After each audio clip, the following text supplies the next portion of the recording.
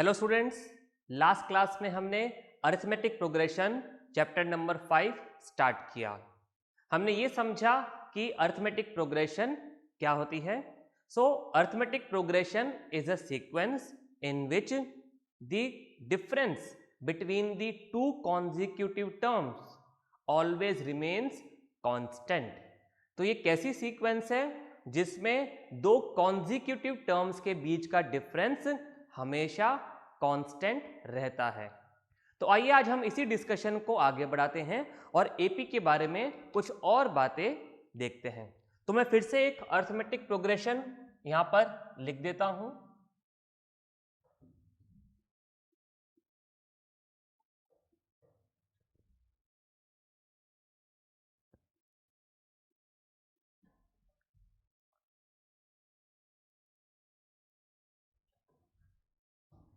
तो last class में हमने देखा कि ये सीक्वेंस एक अरिथमेटिक प्रोग्रेशन है। क्यों है? क्योंकि आप देखिए कि दो कॉन्जिक्यूटिव टर्म्स के बीच का डिफरेंस यहां पर कांस्टेंट है। ओके, तो ये डिफरेंस कितना है इस अरिथमेटिक प्रोग्रेशन में?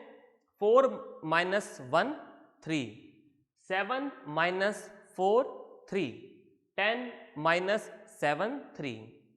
तो ये कांस्टेंट डिफरेंस, कॉमन डिफरेंस कितना है यहां पर? 3।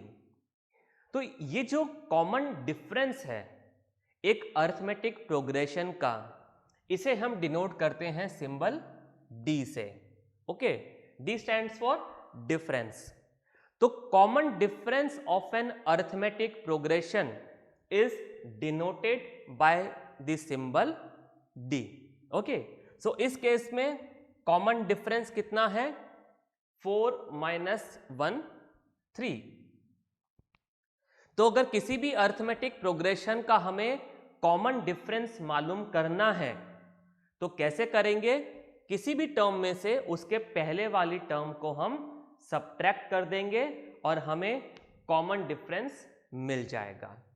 ओके, चलिए तो अब कुछ और बातें जानते हैं हम इस एपी के बारे में। इसको मैं रब कर देता हूं।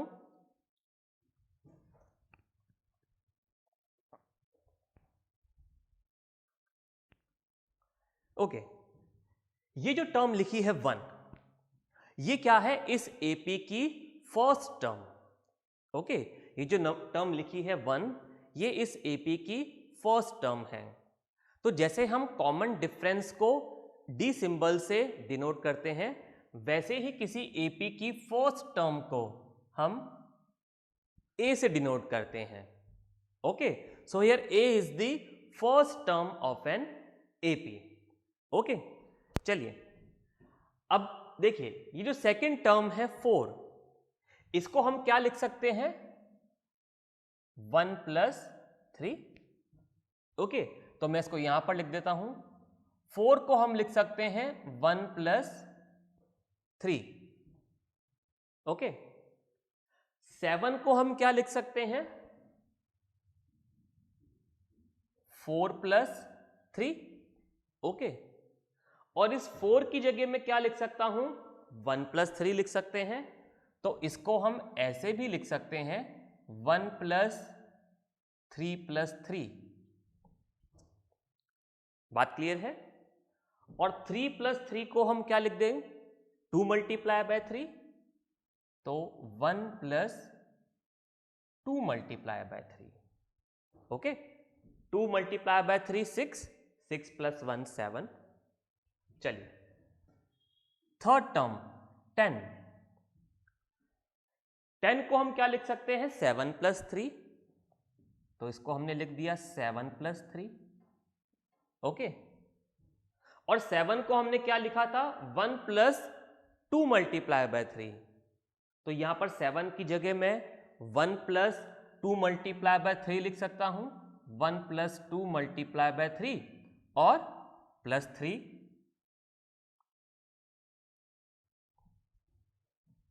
तो 2 मल्टीप्लाई बाय 3 प्लस 3, इसे हम 3 मल्टीप्लाई बाय 3 लिख सकते हैं। ओके, लिख देते हैं।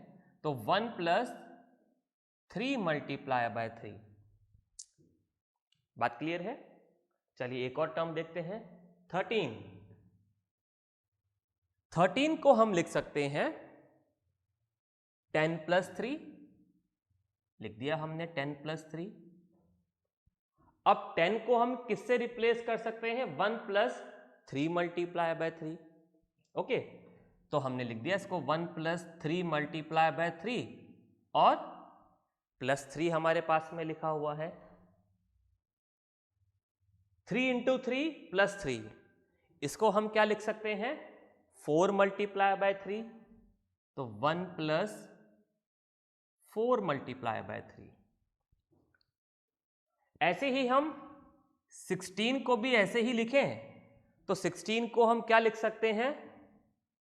1 + 5 × 3। ओके, 19 को हम क्या लिख सकते हैं? 1 + 6 × 3 और 22 को 1 + 7 × 3। राइट। अब देखिए क्या कुछ हमें एक पैटर्न मिल रहा है यहां पर।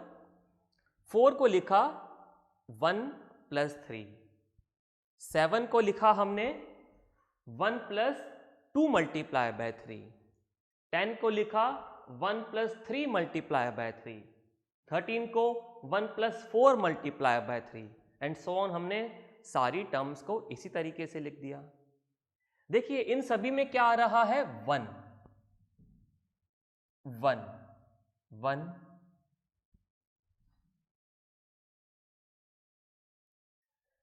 इन सभी में हमें 1 मिल रहा है और ये 1 क्या था? इस एपी का फर्स्ट टर्म। इसको भी मैं A1 लिख देता हूं, फर्स्ट टर्म। ठीक है, तो हमें हर टर्म को हमने जब एक एक्सप्रेशन के फॉर्म में रिप्रेजेंट किया इस तरीके से, तो हमें 1 मिला। सब में 1 मिल गया। और क्या मिला? देखिए 3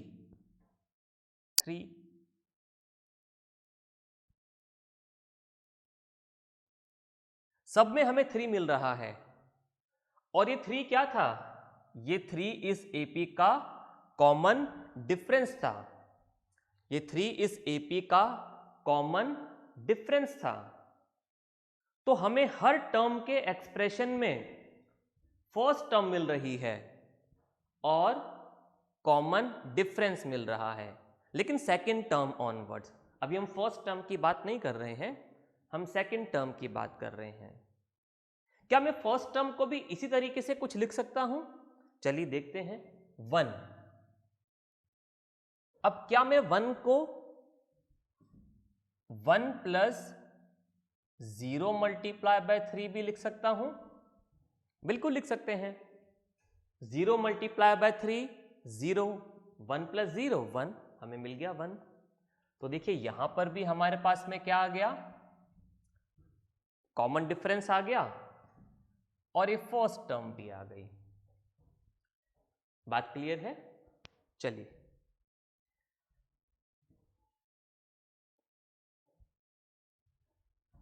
तो एक काम करते हैं, अब एक जनरल पैटर्न मालूम करने की कोशिश करते हैं हम।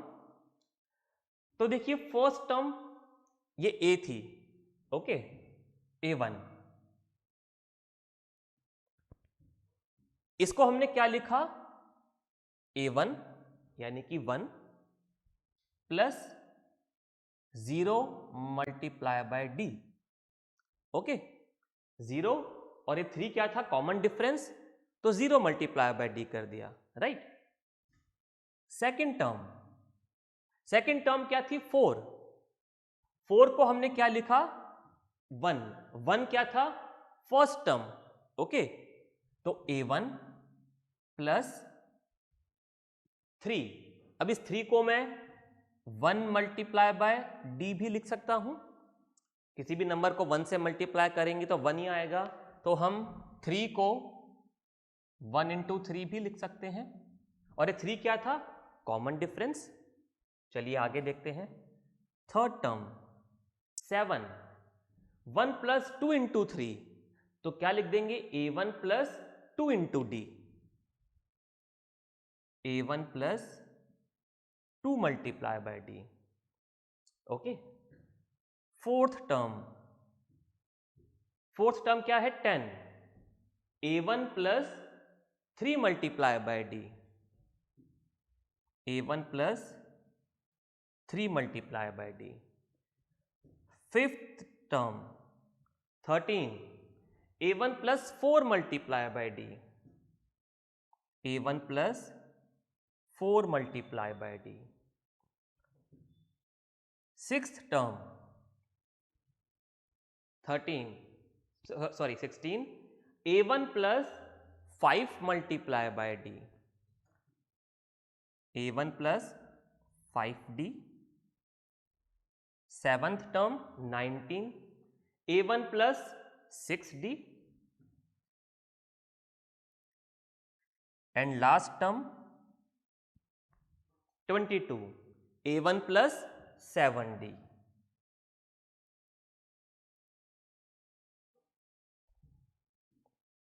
ओके, तो देखिए हमने इनको इस तरीके से भी लिख दिया। अब हमने हर टर्म को किस तरीके से एक्सप्रेस किया, हमने इस एपी की हर टर्म को फर्स्ट टर्म और कॉमन डिफरेंस की फॉर्म में एक्सप्रेस कर दिया। ओके, बात क्लियर है? तो आप एक काम कीजिए, इसको नोट कर दीजिए, इसको नोट कर लीजिए, मैं रब कर देता हूं और फिर हम एपी की जनरल फॉर्म देखते हैं। ओके, चलिए, तो आपने नोट कर लिया होगा इसको। अब मैं इस पार्ट को यहां से रब कर देता हूं।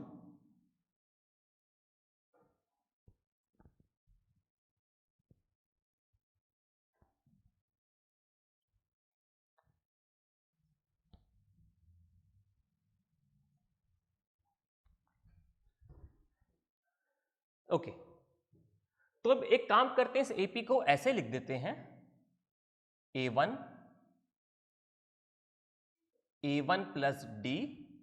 ओके, a1 प्लस 0d का मतलब तो a1 ही हो गया, तो हमने अभी a1 ही लिखा है। फिर a1 प्लस 1d का मतलब d, a1 plus 2d, a1 plus 3d, a1 plus 4d, a1 plus 5d, a1 plus 6d।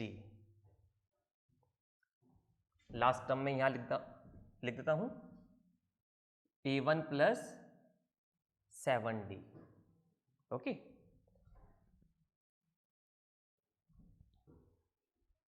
तो देखिए हम एक पैटर्न में ये एपी को कन्वर्ट कर दिया। किस तरीके से कन्वर्ट किया, हमने हर टर्म को फर्स्ट टर्म और कॉमन डिफरेंस की फॉर्म में कन्वर्ट कर दिया। तो क्या हम हर एपी को इसी तरीके से लिख सकते हैं? बिल्कुल लिख सकते हैं। किसी भी गिवन एपी में जो फर्स्ट टर्म होगी वो a1 हो गई, फर्स्ट टर्म और सेकंड टर्म के बीच का डिफरेंस या किन्हीं भी दो कॉन्जिक्यूटिव टर्म्स के बीच का डिफरेंस d हो गया।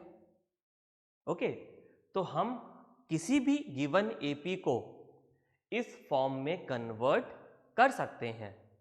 ओके, क्योंकि एपी का मतलब तो वही है कि जहां पर दो कॉन्जिक्यूटिव टर्म्स के बीच का डिफरेंस कांस्टेंट होगा, कॉमन होगा, और उसको हमने बोल दिया d।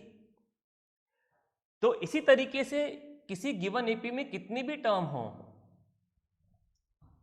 डैश डैश डैश, और भी टर्म्स हो सकती हैं एक एपी में, तो हमने ये एक जनरल फॉर्म कंस्ट्रक्ट कर दी एक गिवन एपी की। जनरल फॉर्म क्या होगी? a1 plus d, a1 plus 2d, a1 plus 3d and so on. So this is what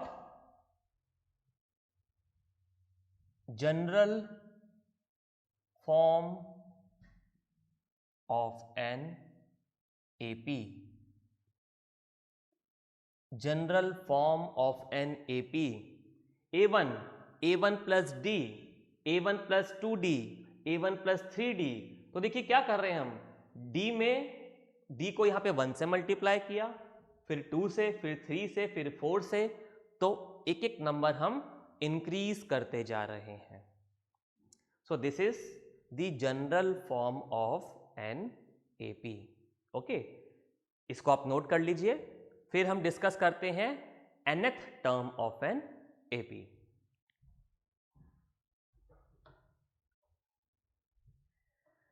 okay, तो ये जनरल फॉर्म आपने नोट कर लिया होगा, इसको अभी हम यहीं पे लिखा रहने देते हैं।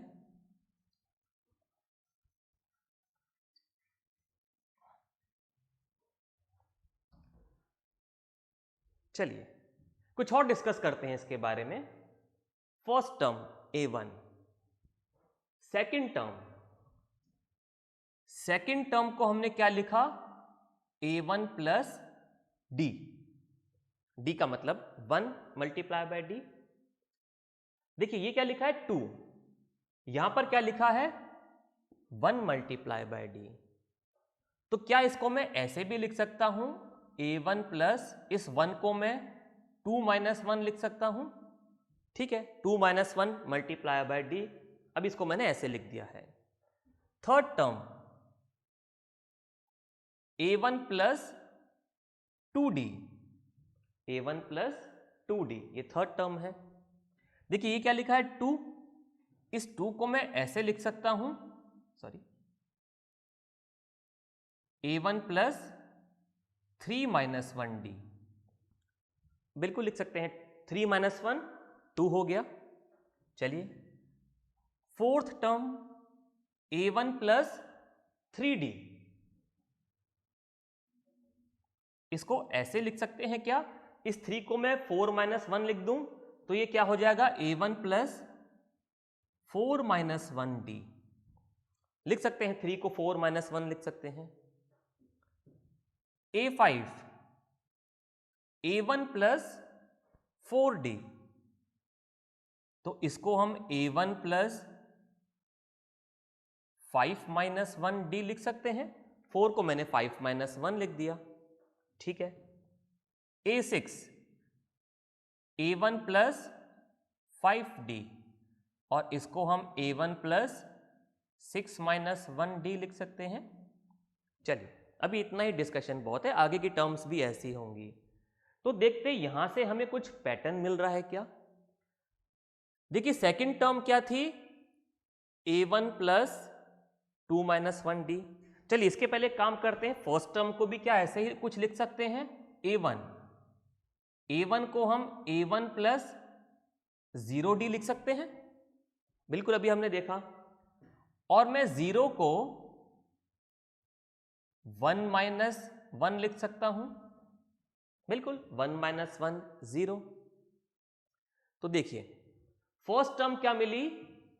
A1 plus 1 minus 1D। Second term हमें क्या मिली? A1 plus 2 minus 1D। तो देखिए यहां पर 1, यहां पर भी 1, यहां पर 2, यहां पर भी 2, यहां पर 3, यहां पर भी 3, 4 एंड 4, 5 एंड 5, 6 एंड 6। तो इसी तरीके से हम एपी की किसी भी टर्म को अगर इस फॉर्म में एक्सप्रेस करें तो हम जिस टर्म की बात कर रहे हैं, जिस टर्म की हम बात कर रहे हैं उसको हम कैसे एक्सप्रेस कर सकते हैं? सबसे पहले हमने फर्स्ट टर्म लिखी A1 प्लस जिस टर्म की बात कर रहे हैं वो नंबर हमने लिख दिया।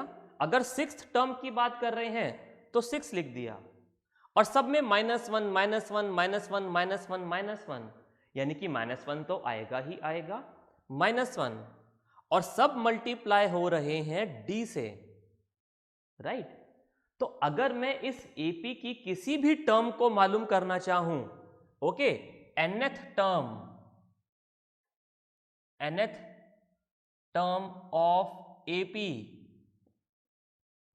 nth टर्म, सिक्स टर्म जब थी तो A1 plus 6 minus 1D, fifth term जब थी तो A1 plus 5 minus 1D, fourth term a1 plus 4 minus 1d, तो nth टर्म क्या होनी चाहिए? a1 plus